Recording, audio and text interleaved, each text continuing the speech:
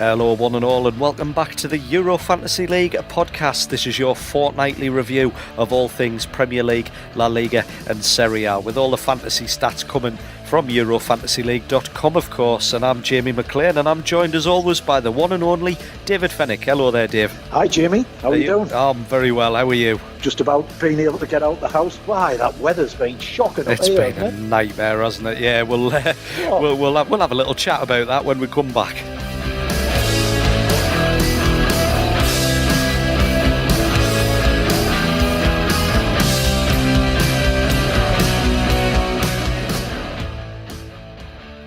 Yes, we are back, and I'll tell you what, Dave, I'm glad I got the heating fixed in this studio the other week, because that's been a nightmare, hasn't it? Oh, it's been terrible. It's the worst I've known in Durham for about 20 years, I think. Yeah, I think I heard it was 27 years the last time the weather was this bad.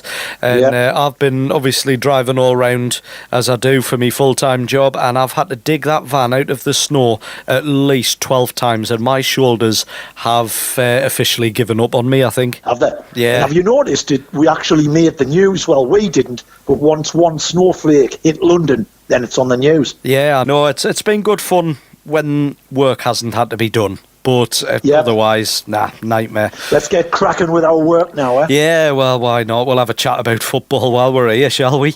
Yeah. So, I thought we were just doing a weather forecast. Yeah, I know. It seems to be the way we tend to go most days now, isn't it? Yeah. So, yes, welcome along, as I said, to the Euro Fantasy League podcast. We're here every 2 weeks, giving you an update on the Premier League, Serie A and La Liga with a fantasy twist. All the stats coming from EuroFantasyLeague.com. And do remember, you can subscribe to us free of charge and leave us a rating and review if you can do. We're on iTunes, Acast, Google Play, Podcast Addict, Stitcher, TuneIn. We're on Spotify now, YouTube, all that sort of stuff. So just look us up, and like I say, if you can leave us a little comment, that is always very helpful. We have had a little comment since the last episode, Dave, as well. A gentleman who referred to you being very much like Norman Collier. I thought that was quite funny. So, yes, he's all right, Norman, Angry in Manchester was the name on that one. So thank you very much for that one. So, right, we're going to kick things off first off, Dave. Of course, I'm going to give you a couple of clues relating to my mystery player, but I've got a little bit of a general trivia question for you to think about as well. All these questions are given us. Are you going to get us a mastermind chair in the studio? I actually already have, but you never turn up to the studio anymore.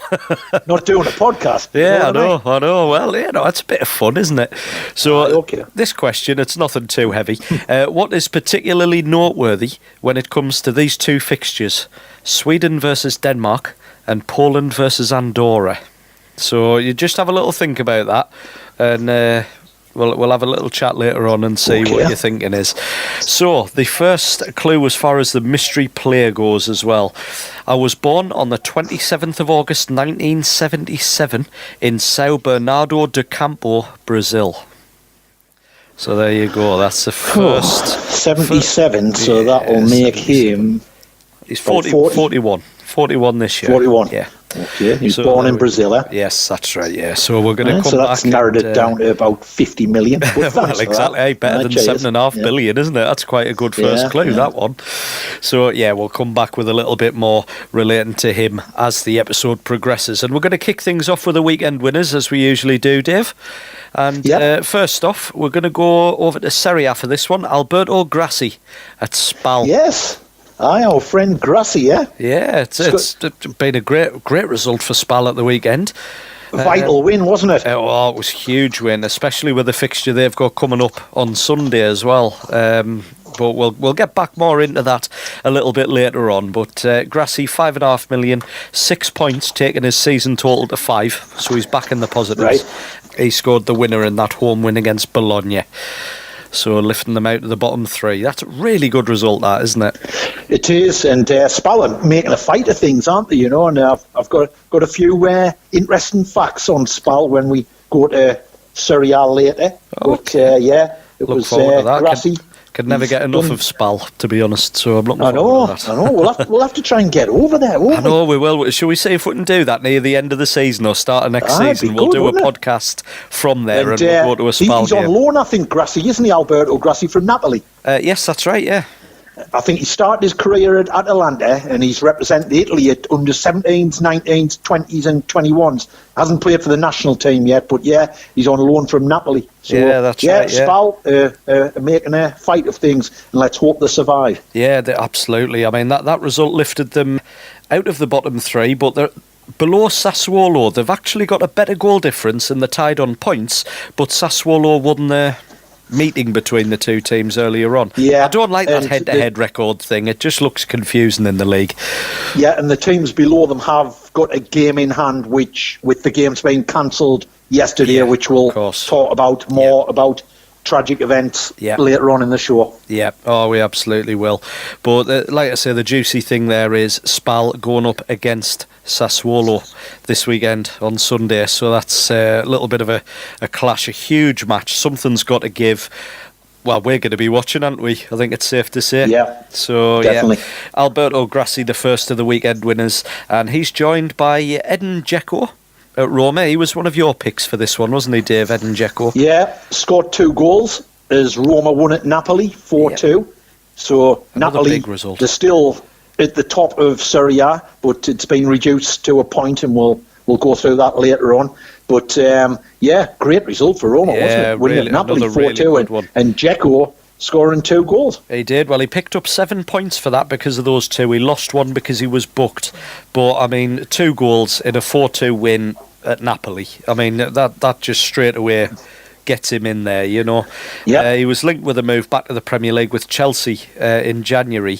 It didn't happen, obviously. Do you think they're going to carry on sniffing around, or might Man City even try to bring him back? Well, I don't know. I don't think he'll come back to Man City, and it depends what happens with Chelsea, because, as again, we'll go through the Premier League later, and that was disgusting performance from them yesterday. But we'll touch on that later. But you never know. He might come back to the Premiership, but I think it'll be with one of the teams, sort of not the big sort of team sort of thing. Maybe somebody mid-table in the Premiership, something like that. Right, okay. Oh, well, we'll keep an eye on that one then. That's good thinking. And we're going to make up the weekend winners. Do you want to give this one out, Dave? Because this was one of your other picks. No, you fire away. It was Heung-min Son at Tottenham.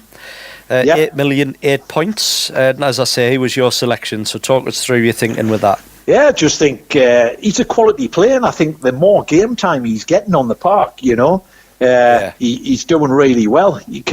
Great balance, good feet, and can certainly finish, and that's why I picked him for his 2 goals at the weekend for Spurs. Yeah, it was a good 2-0 win against Huddersfield. They looked really dominant as well, Tottenham did.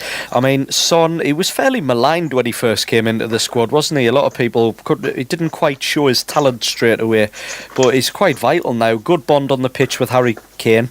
That was his 15th goal of the season, so that's 1 every 161 minutes he's averaging.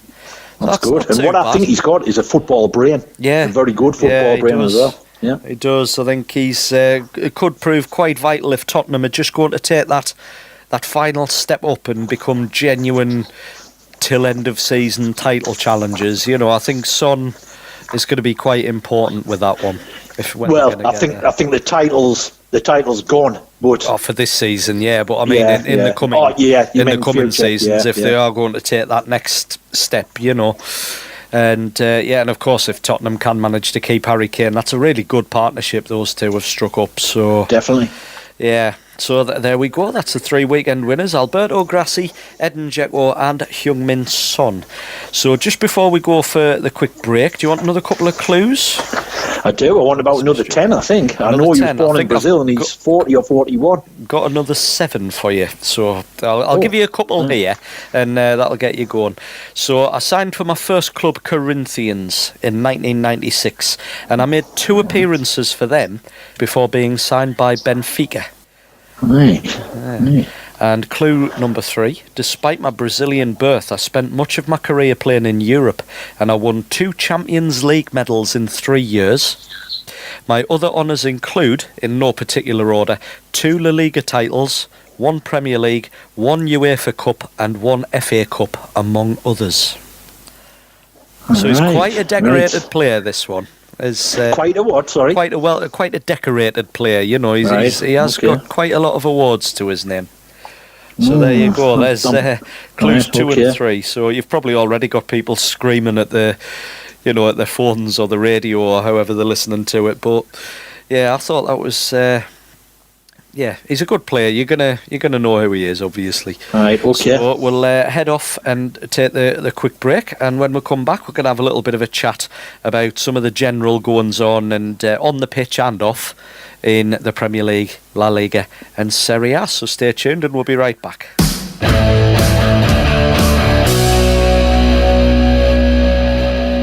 Yes, and welcome back to the EuroFantasyLeague Podcast. So this is where, Dave, we're going to have a little chat about on and off the field goings-on.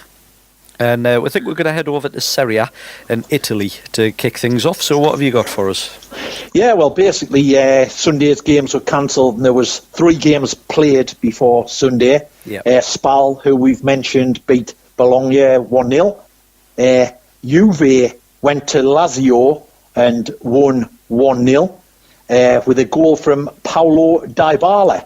Now, yeah, this Dybala lad, he's the real deal.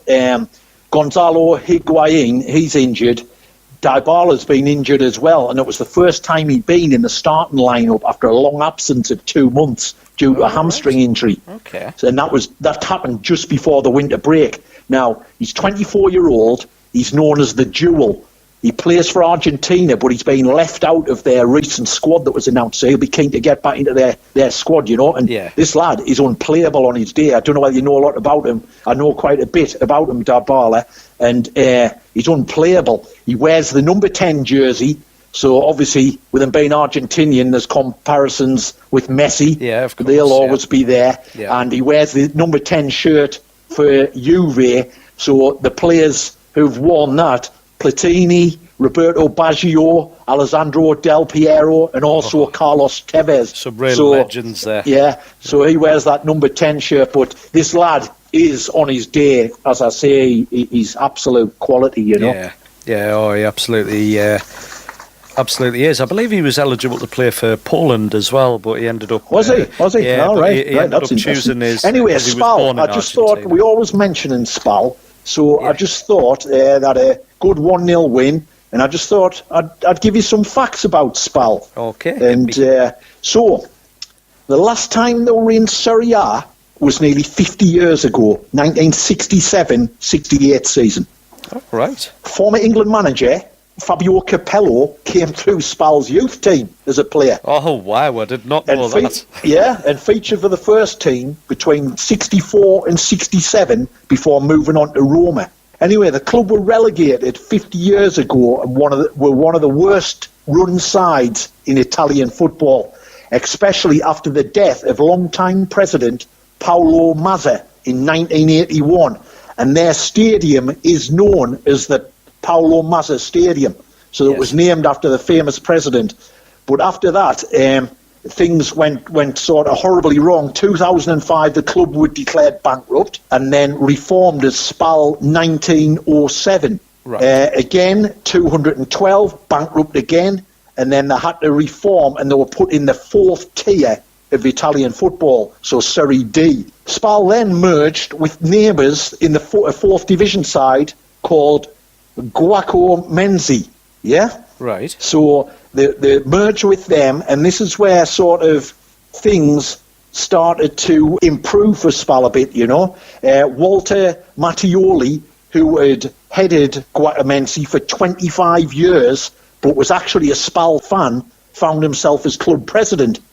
Right, so this was start of like an upward turn in fortune, and new owners, the Colombarini family, put some serious investment into the club. Yeah. So, in December 2014, they hired Leonardo Simplici as coach, and he got them promoted from Serie C in the first season. Then Serie B the next season, and then promotion back to Serie A. So basically, in 2013, the team were gearing up for 4th division Italian football, and now they're back in the big time. And I hope they stay there. So it's only in 2013, 4th division. Now, 2018, they're back in the big time. And fighting, but putting up a real fight for survival. I've done my homework on SPAL for you, so I hope you enjoyed that. Oh, it was good. I did enjoy that. I always like learning more. It's the Fabio Capello thing. You would have thought that I would have known that. Yeah. But there you go. He was through their youth ranks.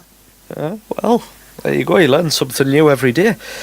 So, I mean, I know that obviously has been more going on in Serie A, but we're going to come to that a bit later on. We're going to give that its proper place.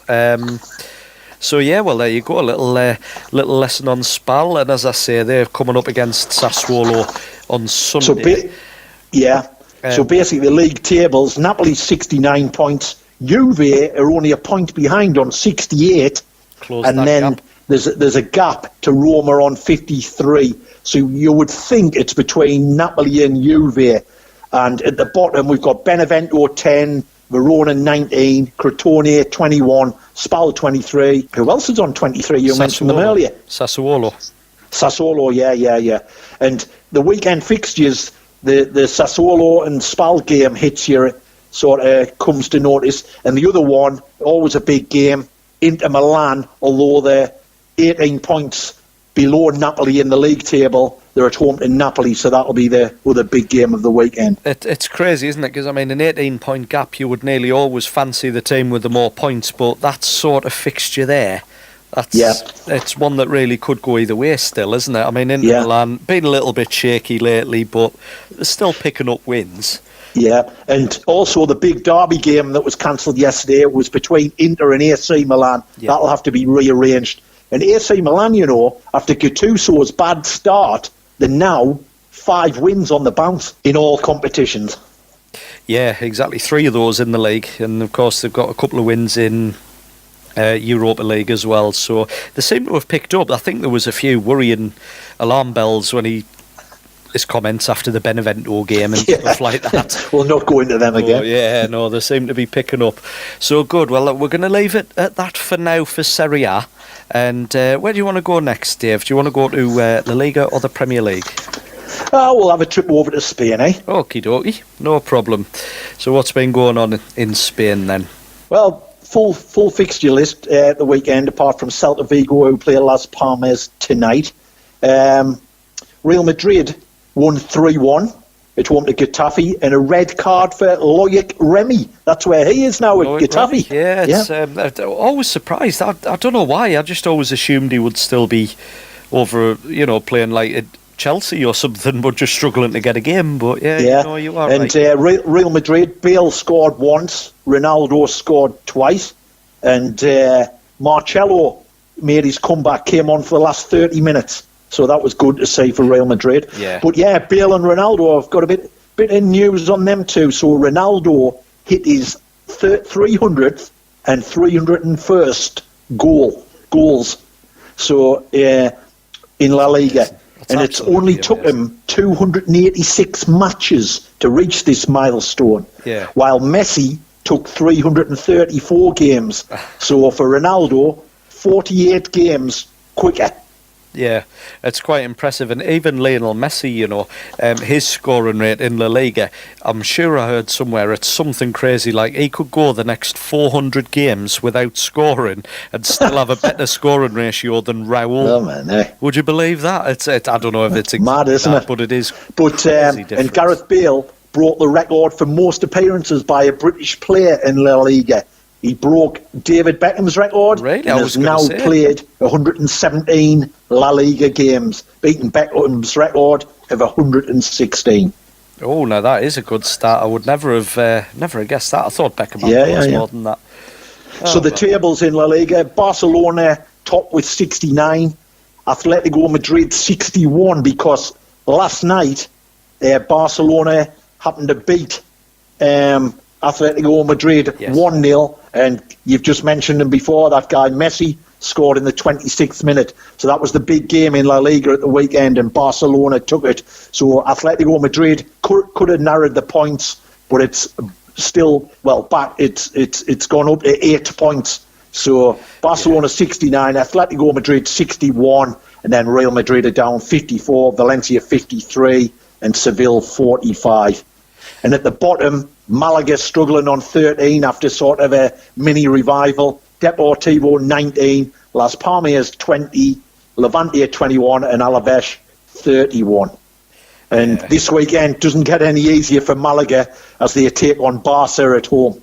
So, wow, bottom versus top. That's going to be... Yeah. And the only other one fixture that sort of sticks out is Seville take on Valencia. So Seville are on 45 points, Valencia are on 53, so they could narrow that gap. Yeah, you sort of think, all right, it's 8 points at the moment, but if Sevilla can get a win there, suddenly it's only 5, and that's quite achievable. You know, 8 points sounds a lot further away than 5, if that makes sense. I know it is further away, but... So that's La Liga then. That's shaping up. I mean, a little bit of news coming out of La Liga, and I wanted to get your opinion on this. Atletico Madrid manager Diego Simeone, he wants transfer deadlines to be the same across the world. The result of this is because with the Chinese transfer window closing later, 3 of his players ended up moving over. Well, 2 of them left after the European transfer window shut. That's Yannick Ferreira Carrasco and Nicolas Gaitan. They both moved to Dalian Yifang FC, while Augusto Fernandez had already moved to Beijing Rain FC. That was just before the window shut. So Atletico Madrid first team squad's down to just 19 players. Do you think he's got a point? Should it be? Yeah, I mean, my views on the transfer window are it should end before the season starts in August, and that's it for the whole season. No January transfer window or nothing. It should end at the beginning of August, well, before the season starts, and that's it for the season. Yeah, see, I remember like when I was growing up and there was no transfer window. I think there was a transfer deadline, but it was like the middle of March or something like that. Yeah. And the window. I don't think agents would be happy because they make their fee like in January and that, but I think that goes August, gone, finished for the season. Right. So you would tend to agree with Simeone then that a standardised worldwide transfer window. Because I would have to say so, because you would feel it is a bit harsh on, say, like if you lose 2 players. Not that they had a very good debut, mind. Did you hear what happened in the first game? No, I didn't. They were playing alongside fellow debutant Jose Font, who went there from West Ham, and they lost 8-0 to Shanghai. So, I would have to say I agree with Diego Simeone on that one. I think I'm not sure about whether it's shut for the whole season. I think it's handy in a way to have a window there so that you can take stock and improve in strengthening areas. But I don't know. I think it doesn't seem quite right that one window shuts after others, and that window allows purchasing from a club whose window's shut. It just leaves you in the lurch, doesn't it? Yeah, it does. Exactly like what's happened to them there. So that's a quick look at La Liga as well. So should we touch on the Premier League before we round this bit up and go on to the best 11 of the weekend? Yeah, I mean, the Premier League, Burnley got their first win. I think it was 11 Premier League games without a win, so they ended that and beat Everton 2-1. Yes, and calls for big Sam Allardyce's head from some of the Everton faithful there. And Jordan Pickford, a goalkeeper who me and you know really well, he made some great saves, but at fault for both goals. I think his decision making's the problem at the minute. He's shot stopping cannot be questioned, but his decision making, and as I say, was at fault for both. And he's still a baby for the keeper. I mean, he's a great talent, and hopefully he'll iron out them problems. But so Burnley beat Everton 2-1. Leicester got an equaliser with a draw with Bournemouth, shall I say, 1-1 with an equaliser in the 97th minute through Mahrez. Southampton Stoke, ball draw 0-0. Swansea beat West Ham 4-1, and that's a really bad performance from West Ham. And also a really good one from Swansea, because it means they're out of the bottom. It's unbelievable since that manager came in from Sheffield Wednesday. Their form has been tremendous. Far better. I think they've only lost one since he came in. It's done really well. Spurs 2, Huddersfield 0, Son with 2, which we've mentioned. Watford beat West Brom 1-0. Could that be the end of Alan Pardew? I've got that in my notes to talk about in a minute. Right, okay. Do you want to talk about it now? Well, we can do, as you brought it on quite nicely, I suppose. I mean, Alan Pardew, it could be the second time this season that we're talking about the vacant West Brom manager's job. The fans seem to want him out now. Some say that the football's been better under him than it was under Pulis, but I think a lot of his support seems to have gone, even from the board, if reports are to be believed. What's gone wrong at West Brom? Because, I mean, look back 12-18 months, they were a solid Premier League presence. Yeah, I mean, are their sort of ambitions too high or something? What position were they in under Tony Pulis? Sometimes wishing for other things, you've got to be careful what you wish for. And had they stuck with Pulis, the football might not have been great, but at the end of the day, West Brom fans are going to be happier if they stay in the Premiership as opposed to what's going to happen now, because I think personally they're gone. Yeah, I think it's going to be a real struggle for them to get another great escape. I know they've done it before, but you just can't see where it's coming from, can you? There's no real drive, I don't think. There's regularly, when you're watching them, they're the second best team on the pitch, and that's a worrying situation to be in. And I think they will get relegated. Yeah, Liverpool 2, Newcastle 0. I expected it. Salah and Mane again, very potent strikes force them, and 2-0 victory, quite comfortable for Liverpool. Yeah. Yesterday, Brighton beat Arsenal 2-1, and that was a massive result for Brighton, who hadn't beaten any of the top 6 this season. Yeah. So they've beaten teams in and around them, but they beat Arsenal 2-1. So what about Wenger? What's happening there? Is he going to go? Well, I mean, do you know, I was about to say when you were touching on the Alan Pardew thing a minute ago, like the Arsenal fans wanting Wenger out and being convinced that he needs to go and maybe look at someone like Diego Simeone or Sean Dyche, possibly, or I think it'll more likely be a European manager, obviously, to replace Wenger. I think Dyche would be a great fit, but all I sort of worry about for Arsenal fans is just better the devil you know. I mean, look at what happened with... All right, I know Sir Alex Ferguson had a very long, successful time at Manchester United, and that success never really let up, certainly not for any more than maybe the odd 2 or 3 years here and there. But they've never managed to get back to that level since. Yeah. They've See, I've got different views on Arsene Wenger here.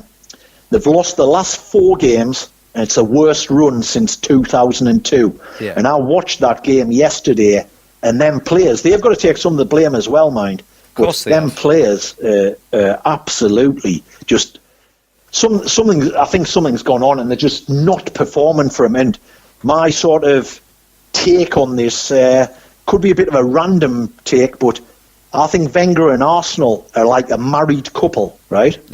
Yeah.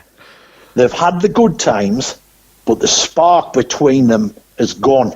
And now they're going through the motions, and it's time to go the separate ways. Yeah, I think that's probably not far from the truth. Like I say, I'm personally not as convinced that changing the manager will be an answer to their problems. Like the way I'm not getting. Only time will tell. I think they're used to it. It might do. I mean, it sort of did for Man City, didn't it? But I don't know. It's more a worry for Arsenal fans rather than disagreeing with them. But you're right. I mean, they want Arsenal to have some success, and they certainly don't seem to be getting that, aside from the FA Cup, in the current climate. So yeah, I think quite possibly it is time to make a change. I would just, like I say, advise be careful what you wish for, Yeah, and then another result yesterday, Manchester City beat Chelsea 1-0. And honestly, I'd look forward to that game, and it was absolute bore. Chelsea, I don't know what the manager Conte was trying to prove. He started with Hazard up front by himself, and what effect was happening there? They're pumping high balls up to Hazard when he wants the ball to feet, and they just sat back on the edge of the 118-yard box, and you've got Morata and Giroud on the bench, and he brought Giroud on with about 15 minutes left, and that was it. But why not play one of them, and Hazard just off one of them, just behind? But I'm sure he just wants the sack, and maybe he wants the Italian job. Yeah, I think that's quite possibly what his angle is there, because he's been towing the line a little bit lately, hasn't he? Like demanding that the board came out and gave him a public back-in and all that sort of stuff. Yeah, things aren't right at Chelsea, not right at all. Yeah, I mean, I think you mentioned it, you speculated on that as far back as episode 2. Yeah, I think it was when we had Susie Campagnoli on. Susie in the studio, yeah, that's right. And you were talking about Conte possibly leaving back then, and I mean that was the start of October, and I've just been sat here. I listened to that conversation you had with Susie, and I thought, oh, really?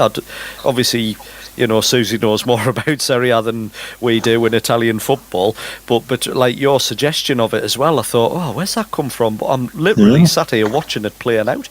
It's incredible. So that's the Premier League sorted out. Game tonight, Crystal Palace v Man United, vital for Crystal Palace, and they've been struggling since Wilfried Zaha got injured, and I don't think he'll be back tonight, but Palace will be hoping to take something from that game. So league tables, Manchester City 18 points ahead of Liverpool. Manchester City on 78 points, and I believe they only need a maximum of another 4 wins. Yes, that's what I heard, yeah, that's right. Where it is interesting is at the bottom. West Brom are gone on 20, then you've got Stoke 27, Palace 27, Southampton 28, Newcastle 29, Huddersfield 30, West Ham 30, and Swansea 30.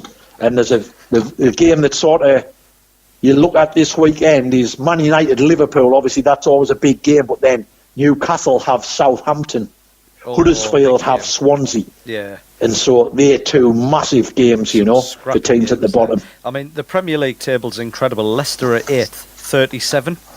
And then Crystal Palace 18th on 27. There's only 10 points between a top 10 and a relegation. I think Leicester and Everton and Brighton will be safe now. I would think so, I think it's between Swansea, West Ham, Huddersfield, Newcastle, Southampton, Palace, Stoke and West Brom's gone. From Swansea down, more than likely, Bournemouth have just got that little 3-point cushion over Swansea. So, and as you were saying earlier, Palace playing tonight. That's tonight at the time of recording. So it's probably Monday evening. Monday evening. So that'll have already happened by the time the episode goes out. But we can't tell the future. So, yeah. So there we go. That's the another thing. Just before you give us a few clues, or for me to identify this footballer, the VAR system came in for a bit of criticism this week. Yeah. It was the Spurs Rochdale Cup replay, and there was all sorts happening with VAR. Now La Liga have decided they're going to use it next season, and it's going to be used at the World Cup. Yeah. So pretty controversial. Whereas the Premier League, it has to go to a vote, with 14 teams have to vote for it, which I don't think will happen for next season. But we'll have to see. It's certainly been it's made plenty of headlines, hasn't it? I mean, so that's the roundup from Spain, Italy, and England. And the Premier League, yes. So I'll give you another quick clue before we go to break, and then when we come back, we're going to round off with the best 11. Clue number 4.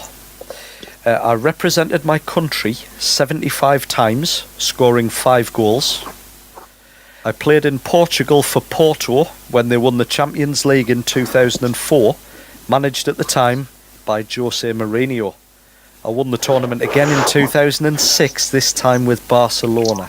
Right. So there you go, there's another couple. So, I've only got 2 more left to do, so what we'll do... I'm struggling. Obviously, if he's only scored 5 goals, he's a defender. 5 international goals, yeah. Oh, 5 international goals. Yeah, I represented my country 75 times, scoring 5 goals. Yeah. Right. So there you go.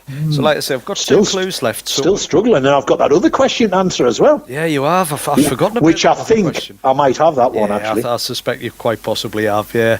So we'll go to a break, we'll come back, and maybe what I'll do, we'll do the... we'll finish off the questions before we go into the best 11, shall we? And okay. Then, so we'll come right back.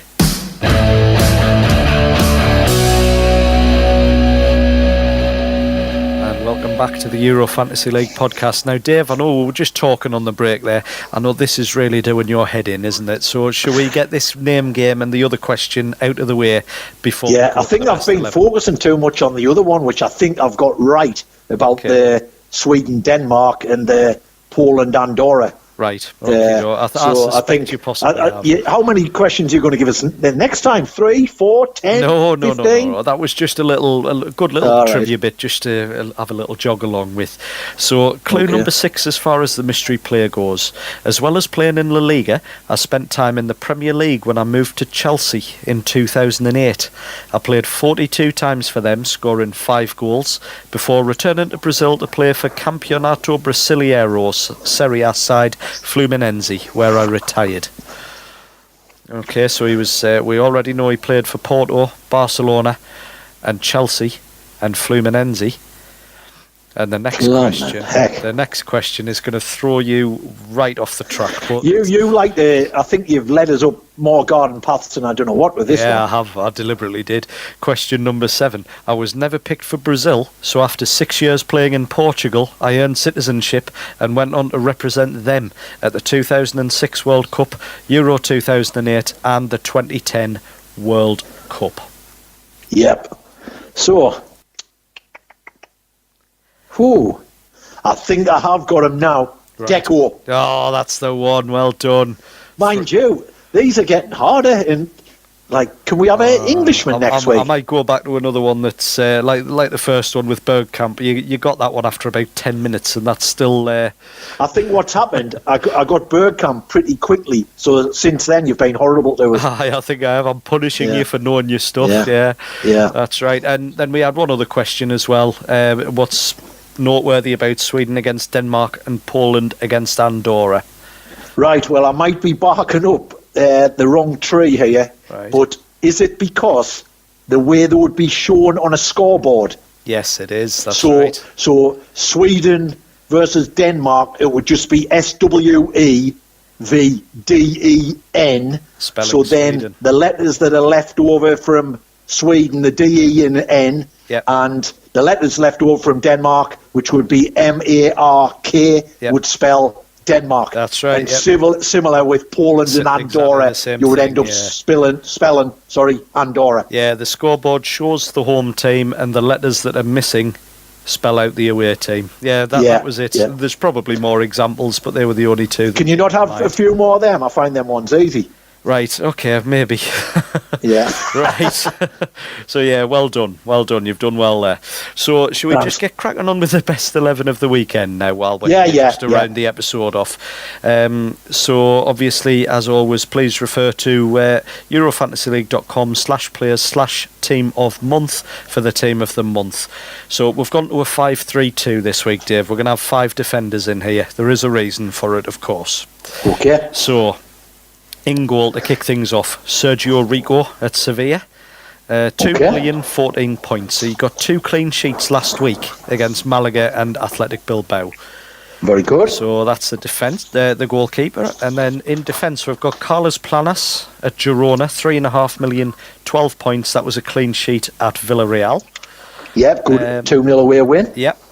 Jonas Ramalho, another Girona one, 2.5 million, 10 points, exactly the same thing. Well, 2 clean sheets against Celta Vigo and Villarreal. It often happens if a team get a good result, you've got a few of their defenders if they get back to back. Well, that's right, because the next defender's Clement Lenglet at Sevilla, so joining Sergio Rico, 6 million, 10 points. Victor LaGuardia. That was after their 2-0 win at home to Athletic Bilbao. Yep, that's the one. Victor LaGuardia makes up another defender there. He did really well in the home game against Levante. 1-0 win that was. He scored the goal and got the clean sheet, so 9 points. Not quite so good at the weekend though. They conceded 2 goals, which lost him a point because they lost 2-1 at Real Sociedad. But still 8 points. That gets him in there. So it was weekend winners, but there was a fixture list during the week, so we've taken that into consideration. Yeah, we do. If there's been a game just a few days before, then we'll always try and take that into consideration. And the fifth defender, who I am going to mention now, because we've kind of not really done anything by name yet, but we're going to come back and give him his proper place in the show in a minute, and that's Davide Astori. For all he didn't play, he earns the captain's armband, quite frankly, in this best 11. But like I say, we'll come back to him in a few moments. Moving forward into midfield, a 3-man midfield, we've got Leroy Sané at Man City, 8 points, goal, clean sheet, assist in the 3-0 win at Arsenal. It's been quality this year, He has, and he's still only 2.5 million to get into your fantasy team. I don't know why he's not in everybody's team, to be quite frank. And then we've got Javi Eraso at Leganes, 6.5 million, 8 points, goal, clean sheet and an assist in that 2-0 win against Malaga. And finally, Sadio Mane at Liverpool, 9 million, goal and the clean sheet, 2-0 win over Newcastle. So that makes up the midfield, and then I'll just quickly go up front, and we've got a cracking looking strike force, mind. Starting off with Antoine Griezmann, Atletico of Madrid, 13 million, 17 points, got all 4 goals in their 4-0 win against Leganes, but he did lose one for a booking. Right, and was that during the week, was it? It was, yeah. Like I said, because yesterday they were beaten, weren't they, 1-0 at Barcelona? Yes, they were. They got beat 1-0 at Barcelona, but he didn't lose any points for any bookings or anything, so he still got 17. Still a good return for the week. And believe it or not, just 3 days before that Leganes one, he scored a hat-trick and provided an assist in the 5-2 win at Sevilla. So he's got back-to-back games where he's earned 16, then 17 points each. And then Barcelona have managed to keep him quiet yesterday. Yeah, exactly, yeah. And then he's partnered up front by a man we've already mentioned, Heung-min Son at Tottenham, 8 million, 8 points, both the goals in that 2-0 win against Huddersfield. So that rounds up the best 11. I think that's quite a good 11 this week as well. I think it is, solid. Well. Scary strike force. So, yes, now, like I alluded to a few moments ago, and we've kind of been skirting around this one through the episode, but we wanted to give it its proper time in a proper place. As we all know by now, Fiorentina captain and Italy international Davide Astori was found in his hotel room in Udine on Sunday morning, having passed away. He'd been due to lead out his team at Udinese that afternoon, and teammates were said to have been concerned when he didn't show up for breakfast. They broke down the door of his room and they found his body. The Italian media have reported that he died from a cardiac arrest during his sleep, and tributes and condolences have poured in from all across the footballing world, expressing real anguish. I mean, it really is a tragic loss. Tragic, totally. Yeah, it's heartbreaking. I mean, born on the 7th of January 1987 in San Giovanni Bianco in the province of Bergamo, Davide Astori began his football career with local side Pontesola before moving to AC Milan in 2001, where he spent 5 years in the youth system.